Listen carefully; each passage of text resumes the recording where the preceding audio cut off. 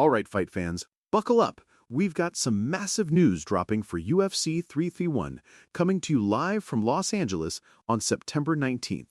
The card is absolutely stacked, and honestly, I'm buzzing just thinking about it. We've got two incredible main events to talk about. Angelina, Aurora, Caleb, thanks for joining me. Adon, always a pleasure. And you're right, stacked is an understatement. When they dropped this lineup, I think the entire MMA world collectively gasped. That main event rematch, oh my goodness, I've been waiting for this one. Absolutely. The storylines here are just incredible, especially with Pantoja finally healthy and getting his shot at redemption against Van. It's not just a fight, it's a saga unfolding. Redemption is the key word, Aurora. I mean, Pantoja's first reign ended on such a freak accident, right? He looked dominant in that opening round against Van, then that arm pop, brutal. Nobody wants to see a fight end like that, especially a title fight. You said it, Caleb. It was heartbreaking to watch. Pantoja was absolutely tearing it up, and then that awkward fall, that pop, it left a huge question mark over Van's championship. Not that Van isn't legitimate, but everyone was like, what if? Now we get to find out, definitively. And you have to give Joshua Van immense credit. He didn't just sit on the title, he took on Tatsuro Taira, a legitimate threat, and put on a Fight of the Year candidate. That showed his championship mettle, proving he's not just a placeholder. He earned his spot, even if the first Pantoja fight ended controversially. I agree, Angelina. That Tyra fight was electrifying. It really cemented Van as a champion in his own right. But this Pantoja rematch, it's different. Pantoja was the reigning champ when the injury happened. He's coming back not just for the belt, but for what he feels was unfairly taken from him. So how does Pantoja look after that kind of injury? We haven't seen him in action since. The mental hurdle of coming back from a serious injury, especially one that stopped a fight, can be huge. Is he going to be hesitant? Is that arm 100%? That's what I'm looking at. That's a fair point, Caleb, but Pantoja is known for his relentless pressure, his aggressive style. If he comes back any less than 100%, Van is going to capitalize. Van showed against Tyra that he can take a shot and dish it right back. He's got incredible cardio and just keeps coming forward. Tactically, I think Van needs to control the distance early. Pantoja is going to want to close that gap and make it a dirty, gritty fight, which is where he thrives. If Van can use his striking, keep Pantoja on the outside, and chip away, he might be able to nullify some of that early aggression. But Pantoja's grappling, if he gets hold of Van, that's a whole different ballgame. I'm just picturing the crowd reaction when Pantoja walks out. The roar for his return, especially with the unfinished businesses narrative. The emotional stakes are incredibly high for him. Will that fuel him, or will it add pressure? I think it fuels him. He's a warrior. I think Pantoja comes out like a bat out of hell, trying to finish this early, just like the first time. But Van has seen that now. He's prepared. I think this goes later than people expect, and Van might actually pull off the upset again, solidifying his claim beyond any doubt. Wow, Caleb, you're going with Van again. Bold. I'm leaning towards Pantoja, purely because I believe that fire of getting his belt back, combined with his proven track record, is going to make him a terrifying opponent. But it's going to be a war either way. Flyweight title fights rarely disappoint. All right, shifting gears from one absolute banger to another, let's talk about the co-main event. Arman Tsarukyan versus Mauricio Ruffi, lightweight division, 5 rounds, for what many are calling a title eliminator. This is huge for the 155-pound landscape. Oh, this is a beautiful fight. Tsarukyan, honestly, has been on an absolute tear. He's arguably the top contender in the lightweight division right now, and his recent wins over Oliveira, Dariush, and Hooker, that's a murderer's row. He's proven himself against the elite. And let's not forget he's been wrestling almost every month in RAF. That kind of consistent competition, even outside the UFC, keeps him incredibly sharp and active. It's a testament to his dedication. He doesn't just train, he fights. He's an absolute beast, no doubt. But Ruffi, man, Ruffi's been on a surge. That performance against Michael Chandler at the White House card demolished him. That sent a message to the entire division. He's not just a finisher, he's a spectacular finisher. Yeah, Ruffi looked like a wrecking ball in that Chandler fight. Just pure power and aggression. He's got that new blood energy that can be really dangerous. 3-fight win streak, looking for that fourth against arguably the most dangerous guy outside the champion.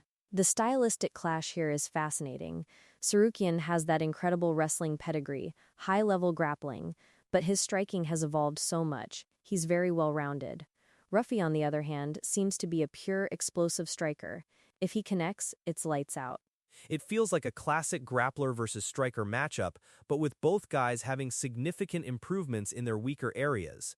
Sarukian's hands are sharp, and Ruffy showed he can defend takedowns, at least against Chandler. This isn't a one-dimensional fight for either of them. I'm still seeing Sarukian being able to dictate where this fight takes place. His wrestling is just on another level. But if Ruffy can survive those early takedowns and land a big shot, Sarukian has been clipped before. Remember his fight against Gamrot? He took some damage. Good point, Caleb. Sarukian is tough, but he's not invincible. Ruffy has that genuine one-punch knockout power, and with 5 rounds, that's a lot of time for Ruffy to find a home for one of those bombs. Who gets the title shot against Justin Gaethje after this? That's the biggest question. I think if Sarukian wins decisively, he's undeniable. He's been waiting, he's beaten everyone. Ruffy, if he pulls off the upset, that's a huge statement, but he might need one more win to really solidify it, given Sarukian's resume. Though beating Sarukian is a massive statement in itself. It's the kind of fight where both guys have everything to gain and everything to lose. The stakes couldn't be higher. Imagine the energy in that arena when these two step in. It's going to be electric. I'm going with Ruffy on this one. I think he catches Sarukian. Call me crazy, but I feel Ruffy's momentum is too strong right now, and his power is just different. He's going to shock a lot of people. Another bold pick, Caleb. I'm leaning towards Sarukian, just because of his sheer volume of high-level wins and his complete skill set, but Ruffy's power is no joke. This co-main could easily steal Fight of the Night honors. Now, we've talked about the 2 monster main events, but this UFC 331 card is absolutely loaded from top to bottom. They've announced the full card, even if the bout order isn't entirely set. Let's touch on some of the other fights that caught your eye. Oh, where do you even start? Renato Moicano versus Brian Ortega is a fight I'm definitely tuning in for. Both guys are always involved in exciting fights, and their ground games are just spectacular. Ortega's submissions are legendary, but Moicano's BJJ is elite too. That could be a chess match. I'm really intrigued by Gable Steveson versus Sean Sharaf. Steveson is an Olympic gold medalist in wrestling, and seeing how he continues to transition into MMA is always a talking point. Every fight is a step in his evolution. It's exciting to watch pure athleticism meet the mixed martial arts world. I'm looking at Marlon Vera versus Charles Jourdain. That's just going to be a slugfest. Both guys love to stand and trade. They've got heart for days. Vera is always dangerous, and Jourdain brings that aggressive, unpredictable style. That's a definite popcorn fight if there ever was one. Yeah, Vera versus Jourdain, you know exactly what you're getting there. Violence. And how about Tai Tuivasa versus Robelis de Spain? That's a heavyweight clash that just screams knockout. 2 big boys, not afraid to throw down. Someone's going to sleep, no doubt. Exactly. You've got veterans like Pitbull Patricio Freire making his return against Doo Ho Choi. That's a fight with a lot of history and potential for a classic.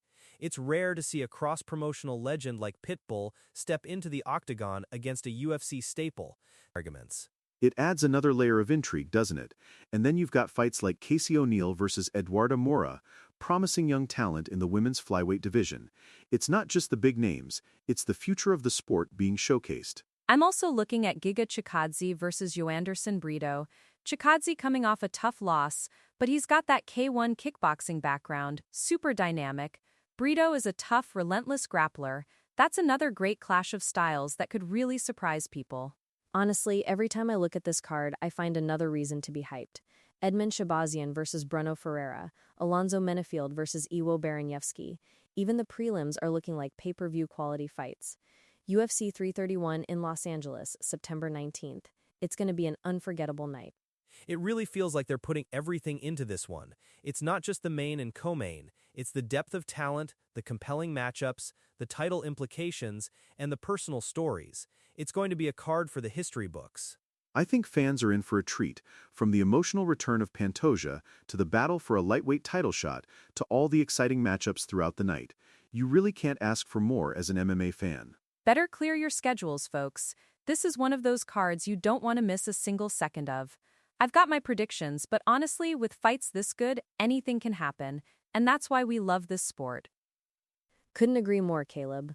So there you have it, folks. UFC 331, September 19th in Los Angeles. Joshua Van versus Alexandre Pantoja 2, Arman Sarukian versus Mauricio Ruffi, and a whole host of other incredible fights. Make sure you tune in. For Angelina, Aurora, and Caleb, I'm Adan. Thanks for listening, and we'll catch you next time.